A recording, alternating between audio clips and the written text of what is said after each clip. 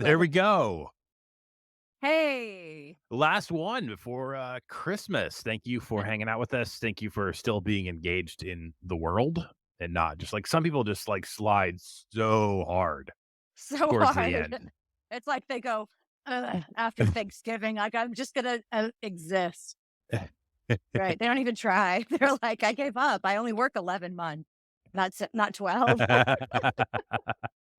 I mean, the thing about that is you just need to move to Europe. Um, Right. yeah, the reason we invent most of the stuff over here is because we work 12 months and they work 11. So there you go. Hey, my name is Yeah. Seth Towerhurd. I run a company called Manx Solutions. We get the eyeballs you need to continue to grow your business through podcasting, through email and social media strategy, and through PR and getting you to write a book, possibly the New York Times bestselling author. By the way, Alli's doing that later on this year.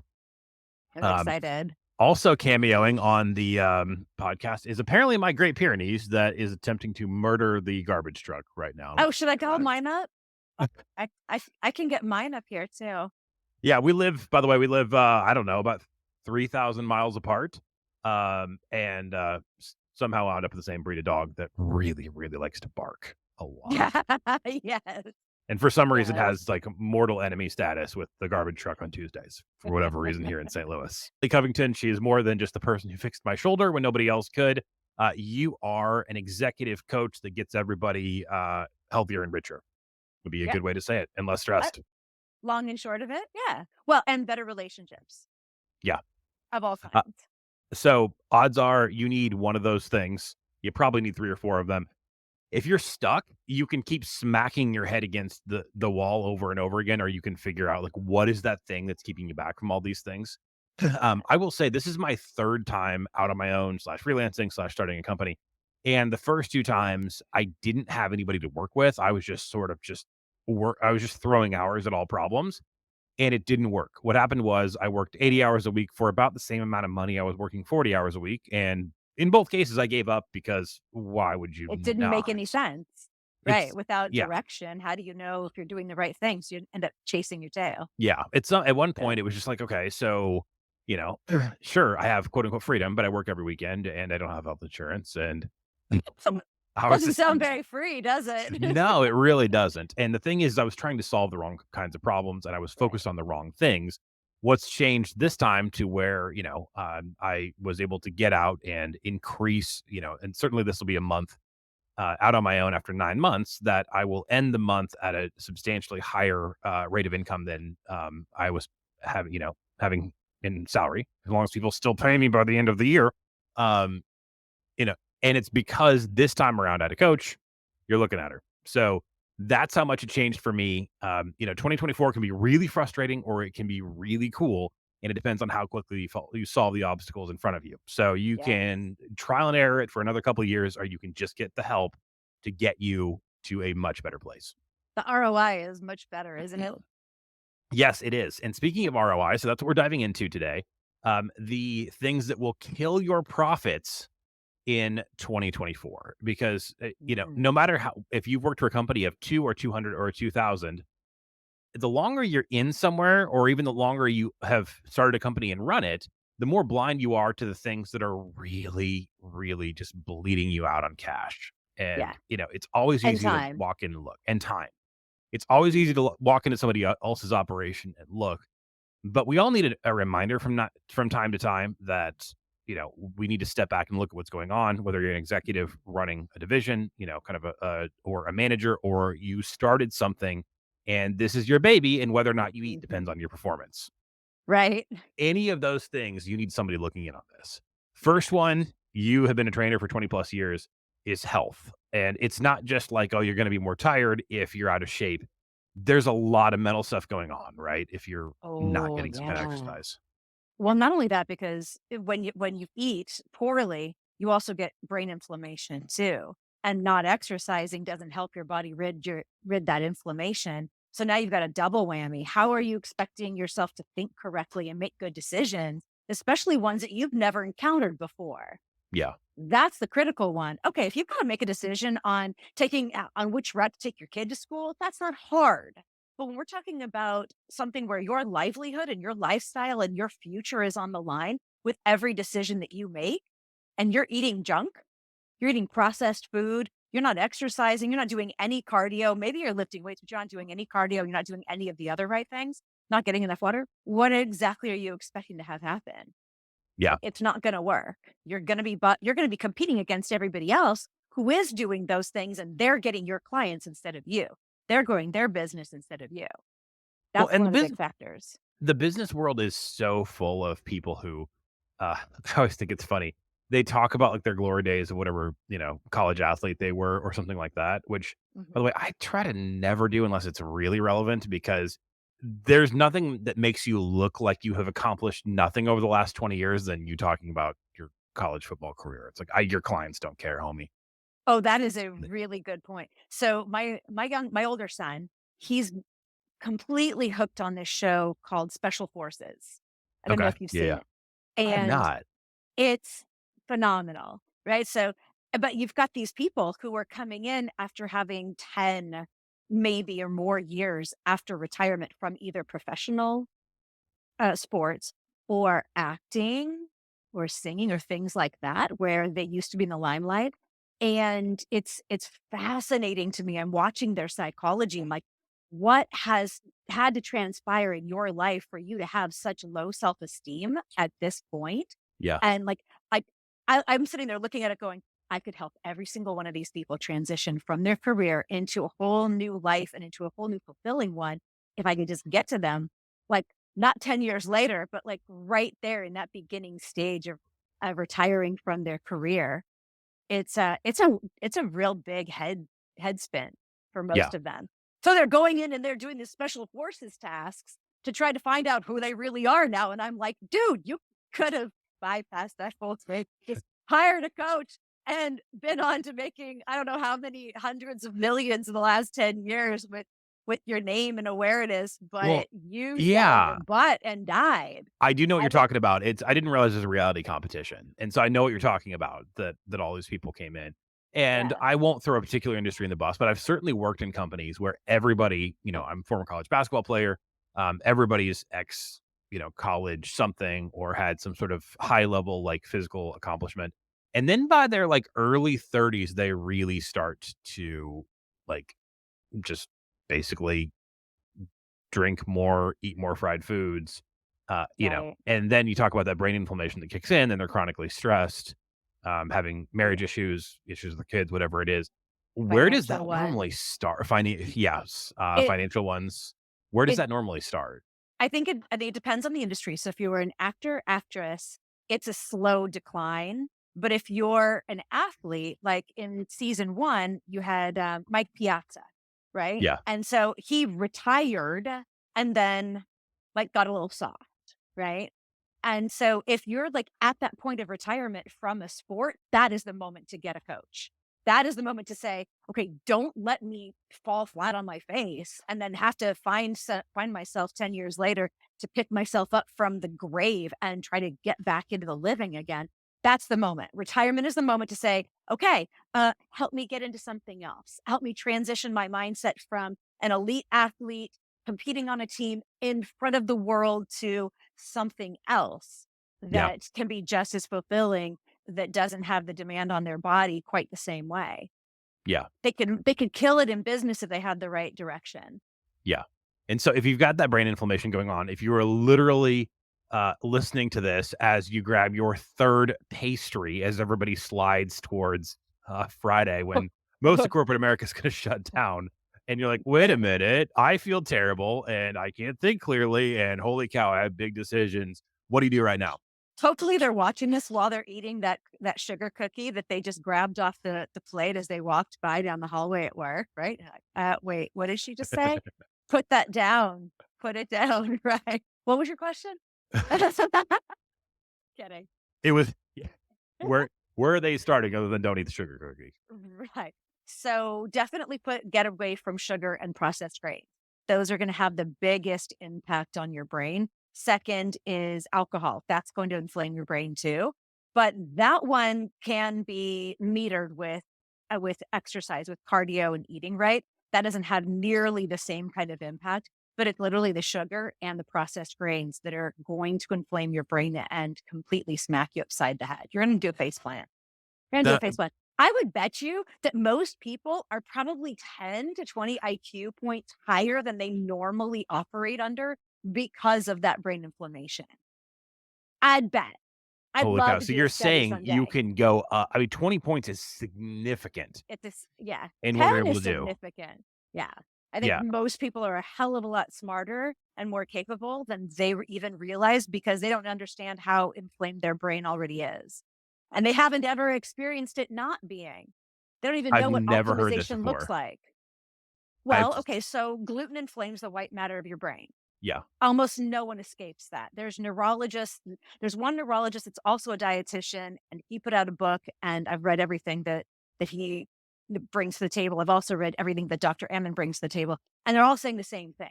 They're like, the processed grains and the sugar is killing your brain. It's killing your cognitive ability and future cognitive ability because this is where Alzheimer's really kicks in and dementia. Through a lifetime of this kind of punishment in your brain, you're more likely to get Alzheimer's and dementia because that is type 3 diabetes. Where does diabetes come from? Sugar and processed grains that turn into sugar very quickly. It's I not mean, a you leap floored to me. understand. Absolutely floored me. By the way, Okay. the one asterisk on this, um, if you watch a lot of Andrew Tate videos, unfortunately, sorry, throw this out the window. You can't get smarter. Too late. Your brain's already inflamed. Just kidding. No, Just this kidding. is, Mm. I mean, you and I have talked about brain inflammation and stuff. I just didn't realize that the difference on your, I mean, that's like the difference between an associate's degree and an MBA. 20 IQ points. That's Now, insane. I'm surmising based off of what I've seen. So could be Yeah. 10 for somebody, but I bet you, depending on your brain inflammation and what your natural IQ is when you start all of this, I'd be willing to bet the reason why most people are operating somewhere around a 90 to 100 is largely that reason. Yeah. I'm gonna get death threats in my Twitter DMs, by the way, for making the Andrew Tate joke, but we're gonna move on. So, It's okay. by the way, you can hit Alli up. My wife and I Don't, work but off of, not with death threats, no death please. threats. No, I was gonna say my Okay. wife and I work off of the bod app every single workout. We're going at 3:30 today. And the other thing I think that's been pretty instrumental for my clarity of thought is that I shared this on Twitter, but we walked into Chipotle and it was like my older daughter who's 5 had already eaten at a function, like church function. And so it was just like 2 burrito bowls, and then we got something little for our 16-month-old. And it was like almost $60, and we're doing this, Isn't that and walked crazy? out, and that was like the first week of Mm. November, and we have not eaten out one time since then. And I gotta say, like, I wake up with more clarity, and I feel more energized. And I was already working out, and I was already on the supplements you told me about and stuff. But Yeah. gosh dang, you realize how hard it is to not eat crap at restaurants, like once you're not eating at restaurants. Yeah. Well, and Chipotle is probably one of the better ones. Mhm. I mean, at least you didn't go and eat at McDonald's. Did you Yeah. know that a ton of the beef that we get in the United States comes from Brazil? Yeah, because my family's in farming, and because I like Oh, rodeo, yeah, of course you know. and, so if you like I rodeo, bet our then you'll viewers don't know that. then okay. So, But see for all non-hillbillies, which is 100% of the audience just about probably, if you go to the rodeo, which is a lot of fun, about a third of the competitors now are Brazilian because the cattle industry has grown so much in there, and I don't know. I've heard back and forth on whether or not their beef production is good. I can tell you, but that there's no USDA. regulation. There's Yeah. no USDA regulation. So how does McDonald's continue to produce cheap burgers if the price of meat went up? Well, you get it from places where they don't have those kinds of regulations to Or have you're to supplementing factor with into the soy. cost. And McDonald's is health food compared to Taco Bell because, Yeah, well, at least a few I put years them on the ago. same level. Well, no, hang on, hang on. Oh, Taco Bell was okay. supplementing so much of their ground beef with soy that they were almost had to not call it meat. Really? I think they may I have didn't know changed it that. since then. But you wonder how, during the Obama administration, you could still get a flipping taco for $1.25 or whatever it was. It's because it ain't real. It's just all chemicals. Yeah. Okay. Alli This hasn't makes a had lot of sense. Taco Bell And since she was 14, so she doesn't. Right. I'm like, but can you imagine the brain inflammation from all of that too? The not just the carbs, right? The processed grains, but now you've got poor quality meat and all the soy, and that's upsetting your endocrine system. Yeah. And yeah, yeah. Okay, So so, when do you see results? If you put down the sugar cookie because 'cause you're watching this and we just called you fat, 3 weeks, 3 day 3 3 3 to 4 weeks. 3 to 4 weeks, you'll see all of it start to disappear from your body as long as you don't introduce any new stuff within that time frame. So Ok gluten takes that long for your body to work it through and get rid of it, get all the inflammation out. 3 to 4 weeks for your stomach, for your gut lining to rebuild itself. So as long as you don't introduce it again within that time frame, then your gut lining has a chance to rebuild itself. The gluten is gone, everything's starting to heal, your brain inflammation is calming down, and you don't have to do anything special for it. But if you're trying to accelerate that time frame, I would do some cardio. Try to get Yeah, rid of some of that inflammation, get to exercising. dang, and, we've all been there, and including if it's us, that we've been there that you're in a company and either Yep. you're reporting to the CFO or a CEO, CFO type of thing, and they just keep not making any decision, they keep punting it down the road a little bit further. I Mhm. didn't realize it at the time, but I think this is a lot of what's going on is they literally just are in a like a brain state where they're unable to process what to do Yeah, next. yeah. You can see it, and I think a lot of people end up it affects your mood, right? So it upsets you have a more erratic kind of mood, which obviously affects relationships. It obviously affects performance, and it really, really affects your mindset because I mean, your relationships with other people and the way you communicate and all of that is extremely important. But the communication with yourself is first. So if your thinking is off, your communication is going to be wrong. Everything's going to be off. That's why your clean eating, your foundation of success is first and foremost your health and fitness. And then we build on top of that all the layers of success that it takes to get to the tip of the spear or the Yeah. tip of the pyramid, so to speak. We gotta do one more thing before we move on here because you've never recommended any bro science stuff on me, like, you've never made me take an ice bath, you've never fed me magic mushrooms. Like, I mean, all I the stuff. could. Would you like to? No, I would really. Well, first of all, I'm allergic to mushrooms, so I assume the hallucinogenic ones would also kill me. So, I yeah, don't know. Would you know if you would you know? would I know if I was dying? I tend to realize I'm not able to breathe, yes. I Yeah, mean, but maybe that's you're thinking you're on a bad trip. I don't know. Anyway, go. Sorry. You were so saying? I'm just curious, what do you not recommend? Because we're about to dive into January, and people are gonna try all kinds of crazy stuff, and they're gonna do some sort of variation of, like, a 75 hard type thing, which I don't think is bad, but the problem with that is it's like, "Oh, well, if I can just white knuckle for 75 days, and then I'm gonna go back to my Taco Bell soy tacos," Right. whatever it is. Right. The problem with that is that you're going from 0 to 100. There's no progression. You're just trying to hang on for dear life on a 75 hard. But it is good idea to do hard things. So I don't know if it's the right hard thing for everybody to do, but it does start to develop discipline. I think that's a great thing. So if that's what you can do because of finances or whatever, and you can't hire a coach, then awesome, go do that. But don't do the stupid juice cleanses, please. Stop juicing.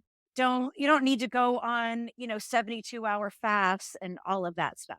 I mean, if you've got an issue with food and you've got a relationship with food that needs to get fixed, fasting can help. So, for example, I had a breakthrough with Chris on Friday morning, and we decided together that he was going to do a 48-hour fast. And by the time we made that decision, he was already 12 hours into it. So then it just became can you get through today? Because on Saturday, you won't be hungry. You just got to get through Friday. And if you Yeah. can get through Friday to get to bed, then Saturday is going to be no problem because you're not gonna be hungry anymore. And it really, really worked for him very well. He was even more surprised and impressed with his results than I was. But that's because he didn't actually believe 100% that I was gonna be right. He's like he'll tell you, That's interesting. at some point, we should probably pull him on the podcast, but he was like, "I thought you were out of your mind when you said I wasn't gonna be hungry." I was like, "Well, it's at some point, your body does shut off that hunger part to it, right? Your stomach stops growling because it's like, well, okay, I guess maybe we've dropped ourselves we've landed in the Sahara. There's no food around. There's no point in growling, right? Because he was still getting water and whatnot. But yeah, it just the hunger turned off. He thought I was insane when I told him that, but that's how it worked out.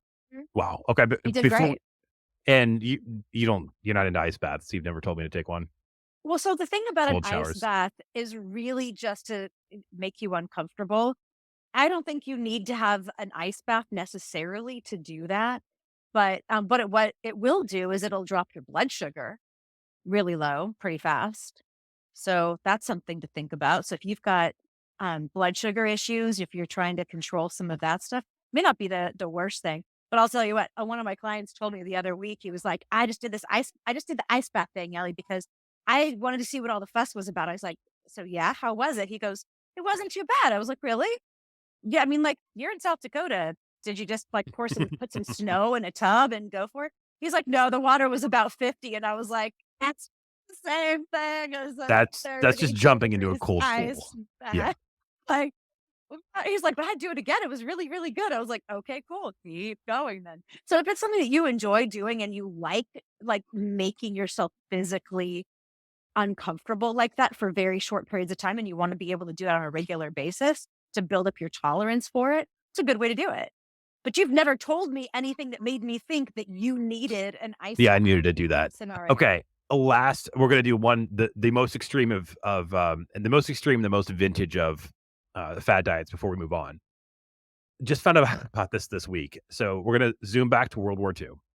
Norwegian Okay. soldier that is, or it might have been after World War II because Norway and Russia have been at war a couple times. So Norway and Russia are at war, and a Norwegian soldier runs into a Russian force, and he's on skis again, winter warfare, and realizes he's in really huge trouble. Well, methamphetamine was actually developed to keep soldiers awake and keep them alive, and then was I later can used understand as a that. recreational drug. Of course. Takes 30 methamphetamine pills, completely blacks out, I bet. I bet did wakes his up heart like stop? I mean, was obviously continuing to move, wakes up basically 2 days later having covered 60 miles without food or water, walks into, like, the field hospital, rail thin, and they check his heart rate, and it's still over 200 beats a minute. Somehow the guy lived to, like, age 70 something. Wow. That's a lot of punishment. I wouldn't recommend using methamphetamine as your weight loss of choice. Yeah, I also if you wouldn't got that as recommend an Ozempic endorsement, either. you missed the point with Yeah, that. seriously. I also wouldn't necessarily just recommend Ozempic either. While I've had clients that have used it as part of my recommendation for them, I think you need to have a good clean eating habit established, good exercise habits established, because it can make your body catabolic to its own muscle tissue, and it just kind of sets you up into a disordered eating type of mentality. So Yeah, without diet and exercise, I don't recommend Ozempic, but if you've already got that foundation laid, it can be the thing that can get rid of that really stubborn visceral fat a lot faster than diet and exercise alone. So there's my isn't it like disclaimer on that. $1,000 a month or something like that? It can be. I have a client who's a nurse practitioner that can prescribe it for most people in most states, without it costing that much. Okay. And But I had a client come to her and she said, "Oh, well, you're diabetic, so your insurance will cover it, so just go that way." And just ask them for the Trulicity instead of Ozempic. And that's what he did, and it was good. okay. So, she's Uh, very on respectable, very on the weight honorable. loss thing, I'm gonna beef with Southwest Airlines just for a moment because it's our show and I can't. Oh, ho! Yes, let's go there. Okay, I am 6.5 feet tall. There's nothing I can do about that. I Right. have to have a desk that is up on risers because my legs won't even go under a standard desk if I'm sitting at the appropriate height, which I found out I wasn't until I got Alli, and now she's got me sitting on the world's largest yoga ball with an elevated desk so my dang legs will fit. Good. And they just announced that if, essentially, if you're too overweight to be able to fit in one seat, you get an extra seat or even two extra seats for free. So you can get three seats for the price of one. I cannot get seated on the freaking exit aisle as a giant. Like I walk in and there's like a dude who's like 5'6", just smirking at the exit aisle every time. And then I sit down and somebody's like, "Your knees are poking into my seat." Yep. Where do you want them to go? Right. I This is gonna backfire on them spectacularly because 'cause I'm over here going, "Well, wait a minute. If I'm traveling with an obese passenger, do I get half of their seat that they get for free? Do I just get to travel for free if I'm willing to squeeze next to them?" There's a Seriously, lot. right? You're giving it Yeah. away anyway. What do you care if my butt is sitting in there? I'm not taking up any extra space. Like, this is not gonna go good. This is not gonna go good for them. Yeah, it's one of those things where they didn't think about the repercussions on every other passenger. Right. Um, Well and well, more importantly, they didn't think about how everybody else was going to view them as a company and their decisions for yeah, that, right? I gotta book a trip for April, and I'm thinking, "Do I even bother going to look at Southwest? I don't know. Like, maybe I shouldn't I because." unfortunately have to fly them because so allergic to peanuts, and they are a peanut-free airline, Oh, and not mm, everybody I'm is. sorry. So, that's what you get. Although I had to fly to Orange County one time with, and it was Delta, and they messed up the. I told them ahead of time, like, it's I can't have nuts or whatever. They were serving nuts, so I got off the plane, and I think I flew to like Nebraska to Denver to John Wayne, and my Oh, coworkers all wow. took a direct flight. That was pleasant. Oh. And see, Mm, those are both medical conditions I was born with, being very tall and being allergic to nuts, and I can't get any mhm. kind of special accommodation from, like, anybody on either one of those things, Right, right. which just But yet smacks a little bit harder. But yet if you didn't take care of yourself, you decided to get hugely obese, then for sure, you can have an extra seat for free to make you Yeah, more comfortable. What? yeah. And that does dovetail into the next thing that's gonna rob you of profits in 2024, which is poor vision, because I'm guessing that this Mhm, policy for Southwest was a reaction to somebody else that just said, "Oh, we should do this," and then, them not really knowing where mhm, the airline is going in 2024, they're just like, "Okay, we should do mhm. it. Why don't we just go for it?" I feel like there's a marketing person somewhere in a meeting that thought this was a great idea, and they pitched it and sold it, and everybody went, "Oh, yeah, I can totally see your point. Okay, yeah." And The Bud nobody Light effect? bothered to Right, nobody bothered to think, or Gillette, right? Nobody bothered to think about how public perception is going to be shaped by this decision.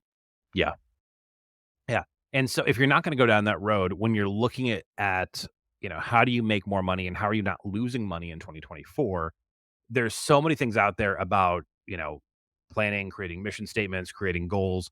Most of them just don't ever get executed or they're not written very well to where people can even say them. One of my rules Yeah, is if you walk into a place and you ask somebody what the mission statement is, what the values are, and if the average employee can't just say it, then you're sunk. I mean, it doesn't matter what you wrote. right, You're sunk. It needs to be short, 3 or right. 4 things, and then maybe mission statement, a couple of sentences. And the best execution I ever saw, was a CEO that started out every single meeting saying, "What are the 4 values?" Oh, So, Tina, you killed it. That was amazing. Uh, and cool. and then everybody could say it. And our ID badges, the one side was like, to scan into the office, scan into rooms. The other side was the 4 values. And so you repeat them that much and everybody gets them. Yeah, 99% of that's companies good. just at all sizes don't do that. That's true. I've never seen anybody do that. Yeah. That's great. That's a great Yeah. idea. So, Yeah. but as far as, that's how to communicate it. As far as setting out, like, where are we going this year? How do we get there? A lot of people who start companies or who rise in leadership tend to be more operators first, which is a really Yes. valuable skill. But a lot of times it's really hard to be great at both of those things at the same time. Being an operator and being an entrepreneur are 2 very different things, 2 very different mindsets. They need to work together, Mhm. but most people so have you ever read the book, The E-Myth? I have not. Okay, so The E-Myth was written by Michael Gerber. I read it probably close to 20 years ago. And in there, he talks about how a technician will have an entrepreneurial seizure because they're so frustrated, kind of like you, right? I'm Yeah. so frustrated with working my job. I'm just going to go out on my own and do my technical thing. But that leads to disaster because a technician is not an entrepreneur. And so you need to have that entrepreneurial vision, understanding of the marketplace and how to craft a business. You need the technician, but you need the 2 of them together to build a really great company. And so far, you're off to a really good start. Yeah. Yeah. And for me, it's pretty easy to to go to a whiteboard and just even for myself to map out essentially, what are my goals? What are we trying to make this year? What are we trying to invest in? And then what does that turn into? Like, so going down to literally even it turns into setting a timer and making sure I'm doing 90 minutes content creation a day. Right. But for you as a solopreneur, it makes a lot of sense. And it's pretty easy to just go to a whiteboard and go, I want to do this, this, and this, and Yeah. then really start chunking toward those tasks and those actions.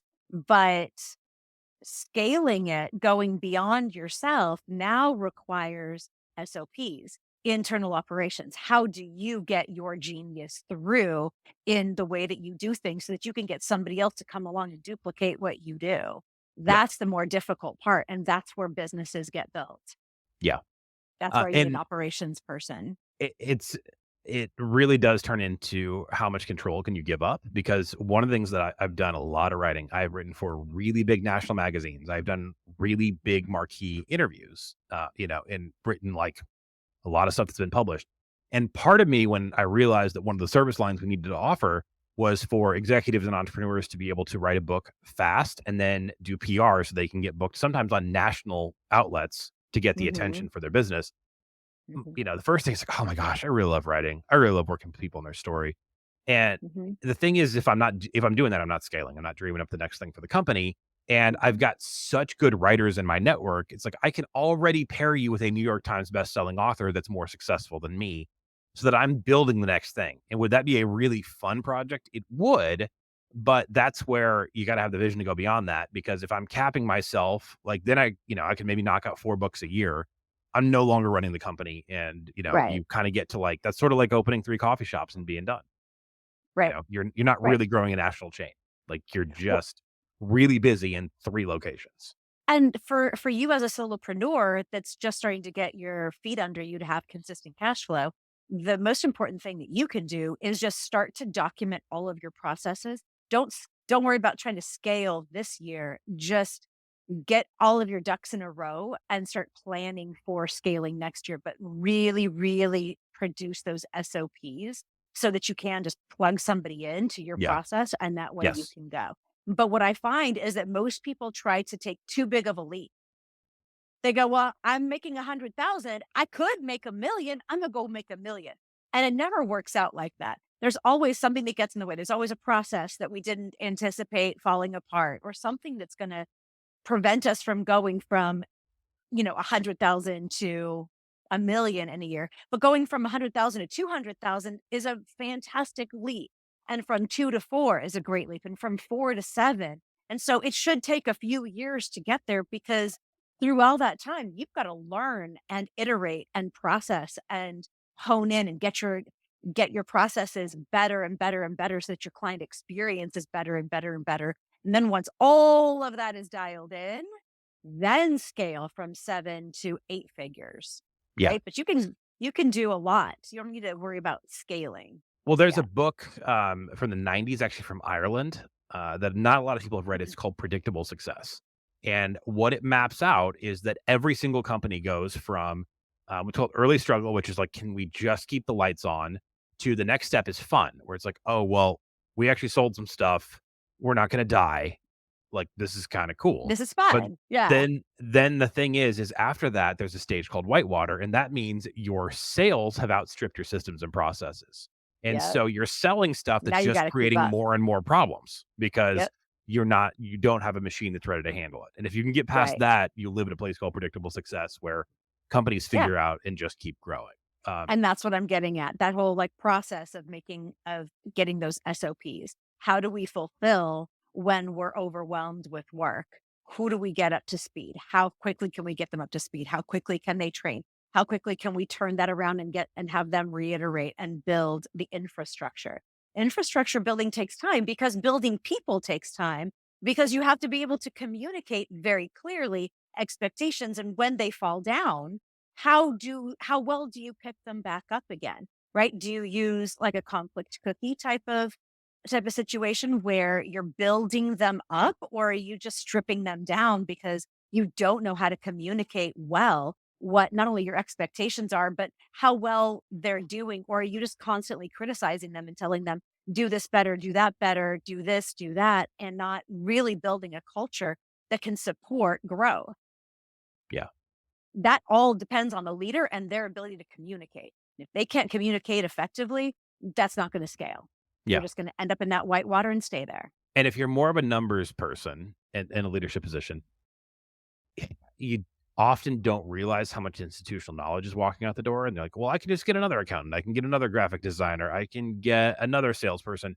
You Yeah. can, and it's going to take them 3.5 years to get, regardless of how much talent they're coming in with, it's going to take them three and a half Yeah. years to equal your old team member because it just takes a long time to learn a new industry, a new company, how to move about it. A new culture, all of that stuff. Yeah, you're better off paying them, giving them the raise, Yeah. or providing a benefit that is an equivalent of a raise. So, like our benefit program that we have at BOD is, group coaching for fitness, mindset, eating, all of that. So, somebody who would have to pay a couple $1,000s a month to get the same benefit out of their paycheck, if the company brings it in, now they get it. Now they don't have to carve that out of their budget to try to maintain their health and improve themselves. Well, the company, that's a benefit that has a tangible value to it. It's amazing how those benefits outstrip how much you pay for them too, because I remember being in a company and like, should I look for a job? And I was like, do we get that cool? Like we got a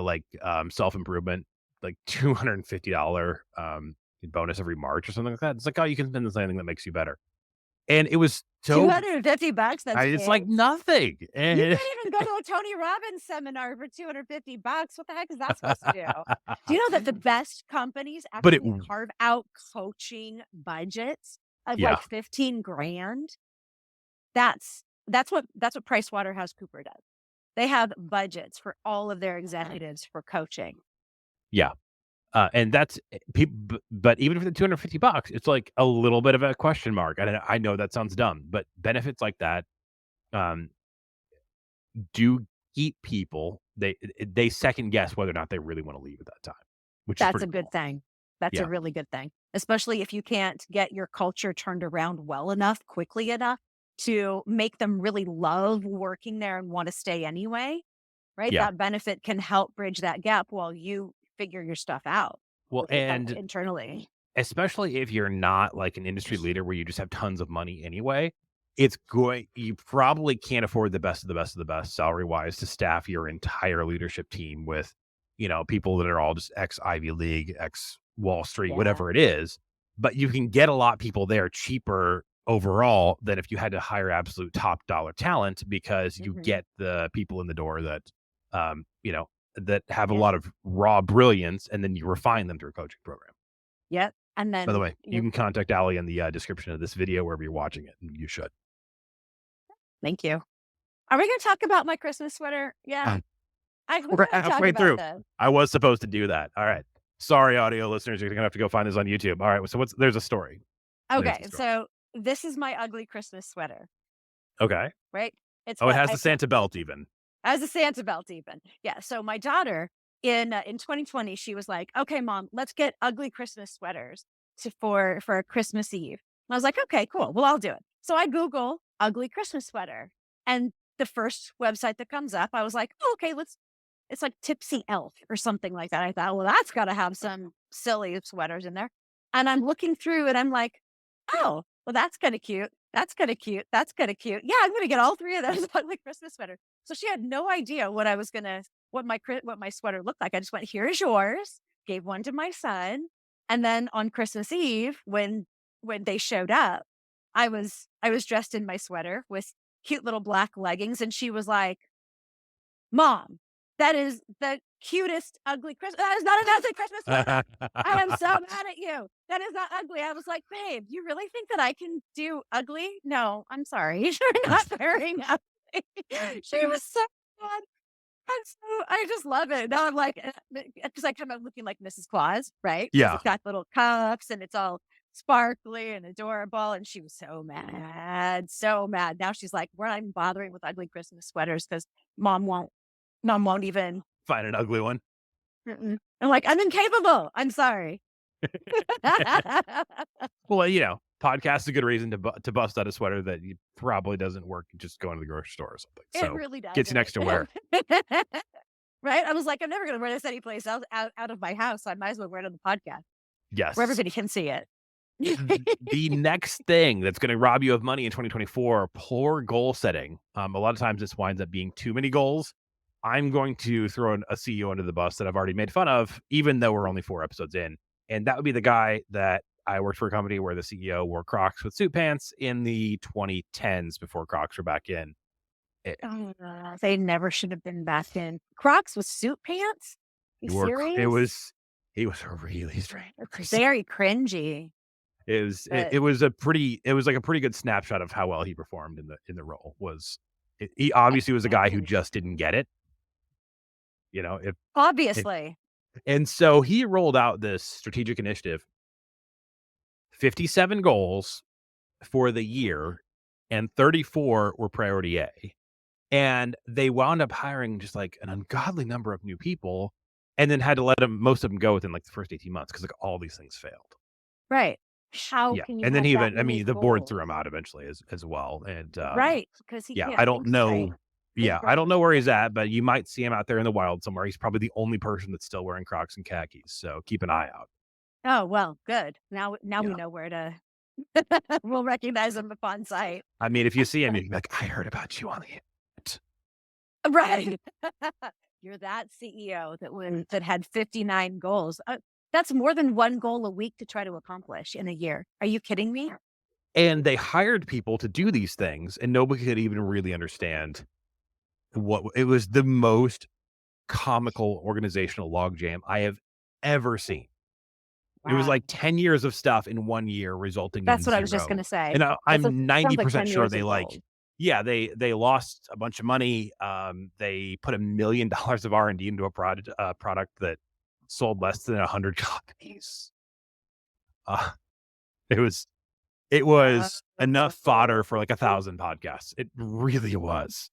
And Wow. so goal setting, the first thing is, you got 57 of them, you're gonna fail, you're gonna lose a bunch of money. Right, you need to have Where do 1 you yeah, where do you go as an executive coach after that for the rest of them? for the rest of them? Oh, For the no, no, no, people that are for left wait, what do you mean? no, for the leader. Other than not having 57 goals, how are you helping executives and entrepreneurs set goals? Oh my goodness. Okay, so we need to know what we wanna accomplish in the next 5 to 10 years, right? And then we're gonna backtrack it into what's the one thing that will move the needle the most this year? And then what are the tactics and what's the strategy and the tactics that we need to employ? And in what order do we need to do it in? Yeah, So if the biggest goal is I need to double my income, right? Or like there's really only 2 for me. I it's revenue and follower counts on all platforms, because that tells me how I'm doing as far as like getting my name out there. And that's going to eventually lead to revenue. But those are 2 trackable things. You need to have a scorecard. You need to have a scorecard of inputs of the things that will actually get you the result that you're looking for. You need to have a scorecard of results. And the scorecard of results shouldn't be a mile long because you cannot track that many metrics. 3 at most is what should be on your scorecard for results, but there could be 5 or 6 on your input scorecard, right? So you yeah, need to know, like, what are the things that I have to do every week to get the result scorecard numbers up and get where I wanna go ultimately. But that's the place where we begin. We need to have our yeah. scorecards, and we need to know how are we doing every week on our score. And I think that people who are in a job who maybe haven't gone out and really tried to pay their bills without a paycheck, gone out and started something or been a freelancer It's or something, different, isn't it? it is different. But one of the things that holds people back is, well, what if there's just nobody to sell to? What if I can't find any customers and then I fail? And that may be the case if you're selling something nobody wants or needs, but if you have identified a market and you execute on stuff, you're gonna be fine.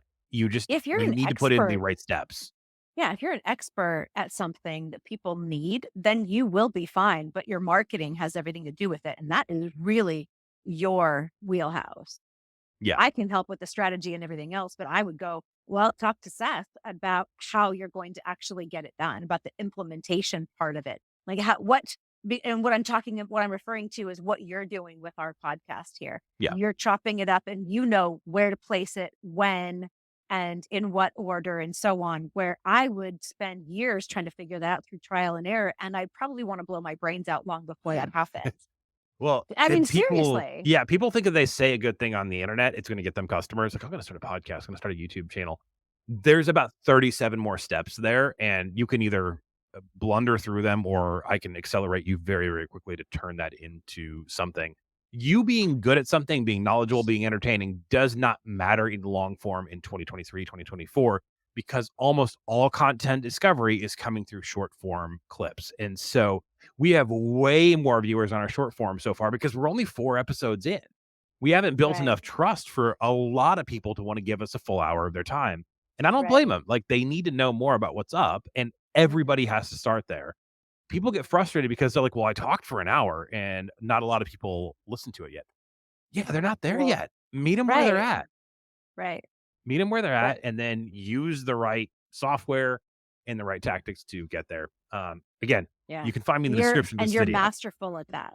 You are Yeah. masterful at Thank that. you. I'm very Thank you. impressed. Yeah. Yeah. So much so that one of my friends, I was telling one of my bragging about my scorecard to one of my friends, and he went, "I need to talk with him. Like, can you make an introduction like right now?" I was like, handled, Yeah. handled. It's And we done. did that, It was good. which is cool. Yeah. Yeah. The Good stuff. n the last 2 things are gonna cost you a bunch of money in 2024, poor communication. Mm. That sounds very vague, but how do you know if you're doing it wrong and how it's gonna hurt you? And what do you do about it? Okay, so if you're doing it wrong, you're anxious about having conversations with people that are anything less than what they want to hear, right? So if you've got to handle conflict, if you've got to handle just expressing your needs and you're worried about it and you're not a people pleaser, so these are things that as long as that's still high, you're having communication issues. If you tend to get into arguments frequently, and I mean frequently, like once a week, you're having an argument with somebody, you've got communication issues. And if it's more frequent than once a week, you've got big communication issues, right? And so you should never have to raise your voice to get your point across. If you're having to raise your voice, you need better words. You need a better way of communicating. That's pretty obvious. Like those are the obvious ones that come to mind. It and now even more so, the longer you've had communication trouble, if the people around you have kind of shut down and they're not giving you their honest opinion about things, they're kind of yesing you and then doing something else, and you're noticing this disconnect, that's your communication issue. Yeah. There is nothing worse than going to work in a company where there is screaming behind closed doors. It just it probably takes your productivity to 0. You said you should never have to Oh, raise I your bet. voice. I've been in one of those companies, and it's just awful. And finally, the, COO just told the owners group, "You need to go rent some kind of space. Like, this is just your employees are just walking around just, like, white as ghosts after they hear you behind closed doors with these encounters." And it's Yeah, because the employees are waiting like, "When's it my turn to go get flogged? When do I get called in there and get whipped?" yeah. That's what's going through their minds. Yeah. So if your employees won't speak up in a meeting, if people won't contribute when you ask them a question, you've got a communication issue. They're afraid of you. And there's some damage control that needs to be done. Yeah. The last one on the list is poor goal tracking, the things that are gonna kill your profits in 2024. And it really does seem like I say most corporate, more corporate even could mean a company of 5 people. Mhm. Like when you grow from 1 to 2, 2 to 3, you're all sharing a tiny cramped office and you just sort of like your desks are probably all facing each other and you just talk. Yeah. And as soon as you get past 3, it seems like you start to have issues with, are we on the same page? How are we going this direction? That's one of the things that Yeah. makes really great executives, really great executives is getting like 50, 75 people to do the same stuff, speak the same language and follow the same processes. And it's Right. dang hard. A lot of times it's like, they keep changing the goals and, Oh, that is the worst. And yeah. I will blame creative people that start companies first and foremost because they get very excited to build because they like building something new. They don't like maintaining what they've already got. Right. Case in point, I picked up something for my wife that was like a collectible that I bought off Facebook Marketplace, and then Mhm. I wrapped it, and then I left the freaking box in the dining room that had the label on it. So that was already spoiled. And I Oh. bought it off the widow that she was just selling tons of stuff because she and her husband were, clearly avid collectors, AKA hoarders, and Mhm. she's like, "Oh, well, I have something like 6,000 sealed mini sealed VHS cassette tapes." Mm. And, Mhm. my brain went into overtime because some of these are worth believe it or not, the VHS collectors market's, like, blown up. Really? And my brain went into Huh. overtime. I was like, "Oh, I could just I could bang out a website, set up a store, put it on Shopify, like, split the profits 50-50. I'll make her 20 grand, I'll make me 20." And I actually probably could if I had the time, but that is the dumbest thing I could be doing, Yeah. with the time compared to other things. It'd be very Right. nice to help her, but she can get an eBay account and do the same thing and probably make, Yep. still pretty good money. The problem And is not if you're split it highly with creative you. and not split it with me. Yes, Uh, and the but problem is if you're highly creative, you always wanna build the next thing versus just stick to your dang thing you're already doing. yeah, this is that like variety versus consistency, Yeah. right? Yeah, stability. Variety versus One stability. one of the books I recommended to Alli is, from, Donald Miller. It's called How to Grow Your Small Business. I was actually working through that on Sunday while cleaning the house, which is, like, really good brain time because, like, vacuum, vacuum, vacuum. Audiobook, Mhm. have an idea, write it down, vacuum, vacuum, vacuum. Like, it's just you're up and moving, and it's actually one of the best ways to have great ideas, I think. Well, that's why I love doing cardio for great ideas. Same Yeah. thing. Your body's moving and you're doing something rote. So your brain is turned off and you're receiving all of this great information. Yes. Yeah. And I wrote down, like, 3 kinda goals for 2024, and I first wrote down sweat equity in another company. Like, I'll find a cleaning company or handyman company or something and that are completely disorganized. I'll do their email, website, socials, and, take a piece of the business, right? And then it's like, what am I doing? My own company is this far along compared to where it could be doing. And what was happening was it seemed very fun to take the service industry and be like, "Oh, I could kill everybody in that. I should go do it." And the problem is there's just one of me. And so I wrote Yep. that down as a goal and I could track it. But it is in opposition to the other stuff I want to do this year. And I had to at least I caught it early in this case. Good. Good job. I'm proud of you. Yeah. Don't deviate from what you're doing right now for the next 3 to 5 years. Stay focused, build it up, get consistent cash flow so that you can drop somebody else in your place. Then you can go build the next thing, Yeah. but not before you do that. Yeah. Well, I think there's like a Shark Tank effect here where, people watch that show, and Mhm. what they see is Mark Cuban running all these different kinds of businesses, and they don't realize he started pretty slow, He's you just the know? chairman of all of those businesses. He's not the CEO. He's not running the day-to-day operations. He owns them and he gets the financial statement and he looks at them. So his whole job now is just being a chairman of all of his companies and sitting there and looking at financial statement. That's what they don't understand. Yeah. People that tell me, "Oh, I've got multiple streams of income." I'm like, "All you did was tell me that you suck at one thing and you cannot stay focused." Right? Because if you're like, "Oh, well, this company's making 100,000 and this one's making 200,000." Are you kidding me? You're telling me that you couldn't turn one of those into 7 figures if you just freaking focus long enough, but you're Yeah. afraid of getting bored. You can't Yeah. handle boredom. Well, get your ass on a stat mill for a second and get used to being bored with doing the same thing that gets you good results. You know what I mean? Like that's the bottom line to most of this. And most people bounce because they're bored and they think there's something wrong with them, that their business isn't growing anymore. But that's just because you're too distracted. If you doubled down on your success and stayed focused, Yeah. and just said, I don't need this to be entertaining. I don't need to get my entertainment from my workout or from my work. I can go find that elsewhere and just plow through it. And This is what we do to be yes, successful. I think that there is something for people who are highly creative to purchase, like a rental property or something in the same way you would purchase some dumb thing off Amazon because it's fun to buy something.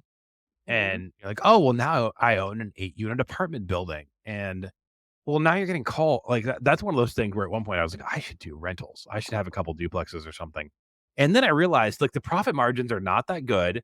I'm Uh-uh. not good at fixing stuff because I grew up on a freaking Nope. farm. I don't know how to drywall or whatever. I know how to plant soybeans. Right. I know how to Right. work cattle. And, so if I go do that, it's taking me into something I'm really not good at. Mhm. that The I'm going to distraction from your hate. current business. Like, I Yeah, don't even like my own friggin' house and doing stuff to it. So what am I gonna go do something to somebody else and then they're mad because that's their primary residence. right. But it does seem like that if your goals are either there if you're an operator to keep you pushing forward, and if you're highly creative, your goals are there to keep you from being the dumbest version of yourself. Yeah. Well, and you've got now we're talking about passive assets Yeah, and active assets, and you really need to know the difference between the two and what does it take to have those. That's part of the wealth preservation coaching part of what I do. Right? You need to look at those types of assets and decide, well, what's the game plan for this? You could go buy a bunch of rentals as long as somebody else manages it and you're not thinking about property management, getting yeah. any kind of cash flow from it for the next, let's say, 10 years. Right? If you're just building, building, building, and you're going to stay focused on your business, as long as it doesn't have to take any energy from you, okay, fine, go do that. But if that's not the case, because you don't have the profit margin to be able to hire somebody to take it off your hands, then I don't know that that's really the best place to be putting your attention right now. Yeah, it's a really good way to work a whole bunch more hours and not see a lot more out of it. Yeah, Um, you know, yeah, the for a people long thinking more time. long term about this, I wish this was me, it's not yet, but one of the best wealth, creation stories I've ever heard about that is just a guy that said, it's like, "Well, how'd you make your money?" "Well, I go to a city that looks like it's doing well. I fly there, I get a rental car. I drive 20 minutes outside of downtown to where it's empty. I buy that ground, and then I wait a decade and a half, and then I resell it." Oh, I mean, that's a good strategy, right? I guess it Yeah. works. But it's not Just fun. waiting for Like, it to expand. nobody gets It's not excited sexy. about it's It's not not. Nobody gets excited sexy. about building, like, buying future industrial land that's just gonna Well, sit there. right. That's the thing about building a business, a real business that will last and building wealth. It is not sexy. It's not something that you want to sit there and showcase, right? Just like built making a sausage isn't. Nobody wants to see any of that, but everybody wants to see the results of it. Well, that's 10 years of hard work. 10 Yeah, years of not getting results of just following the process and trusting it and knowing that it'll work.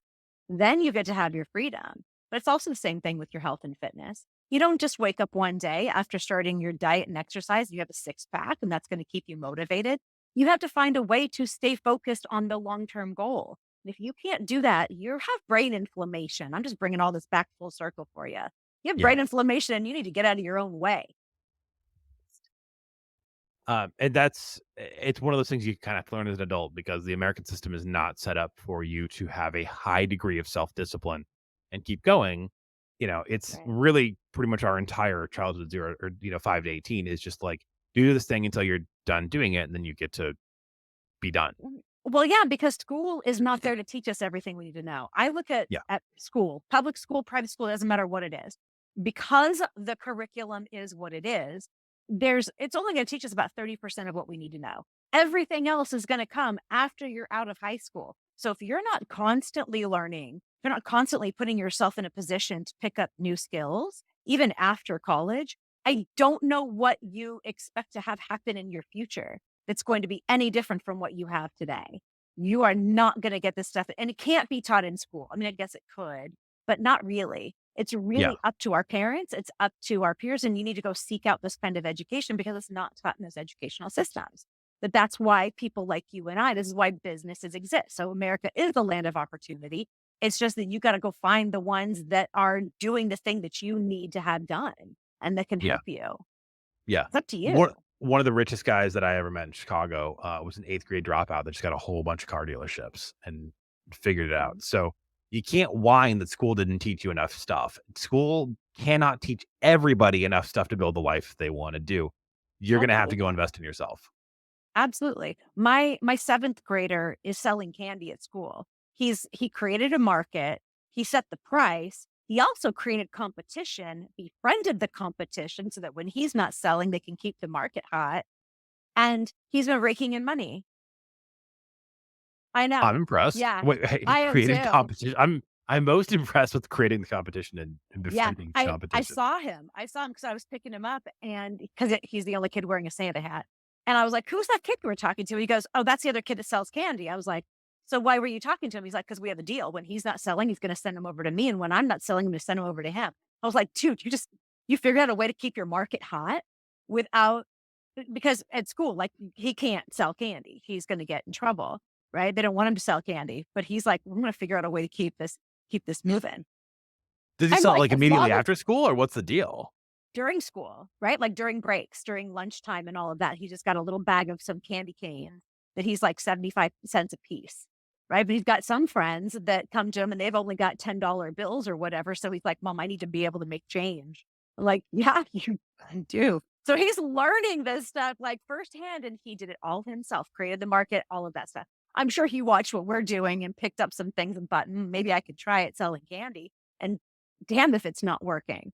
Mm, it's work yeah, I do not worry about that kid at all, but that's a great example Okay. of how to actually succeed. So, when the guy that quit after 8th grade and went and opened car dealerships, it's like, you just need to understand the market, know what you can sell, and then sell. Like, my son is not afraid of sales at all, obviously. I Well, and to started him loop on it it back to the through beginning of the 6, podcast, but all he's gotta do now is get his classmates eating a bunch of gluten, and he can be a valedictorian too.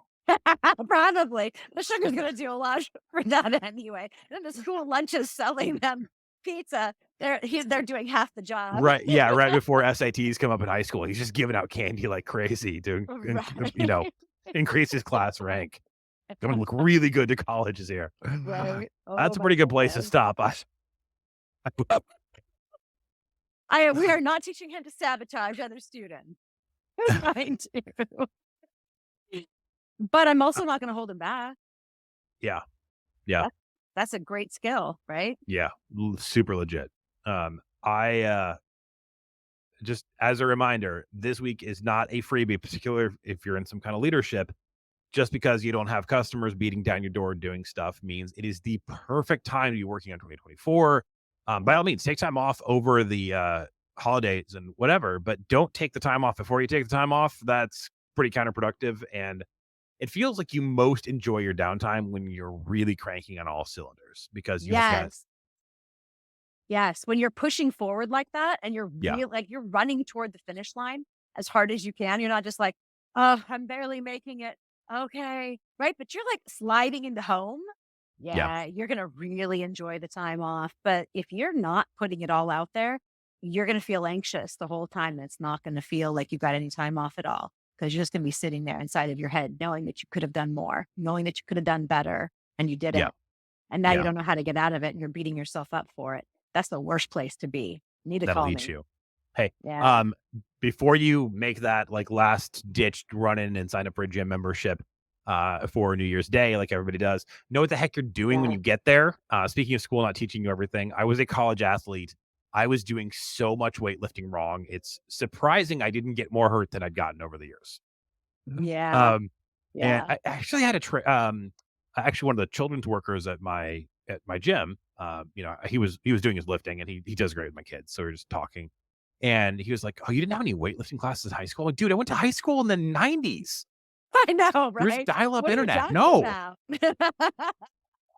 Right? What are you talking about? Weightlifting classes in the '90s. And I thought that was only for football teams back Yeah. then. Yeah. Anyway, And yeah. so if you don't know what you're doing, you're not gonna get maximum results. Kinda like if you don't know how to start a podcast, you're not gonna get maximum results. Get the help. You can contact both of us in the description of this video, in the description of this podcast, and we would love to help you out. By the way, we've got more. We've got some pretty cool resources and stuff coming in 2024. So hang with us.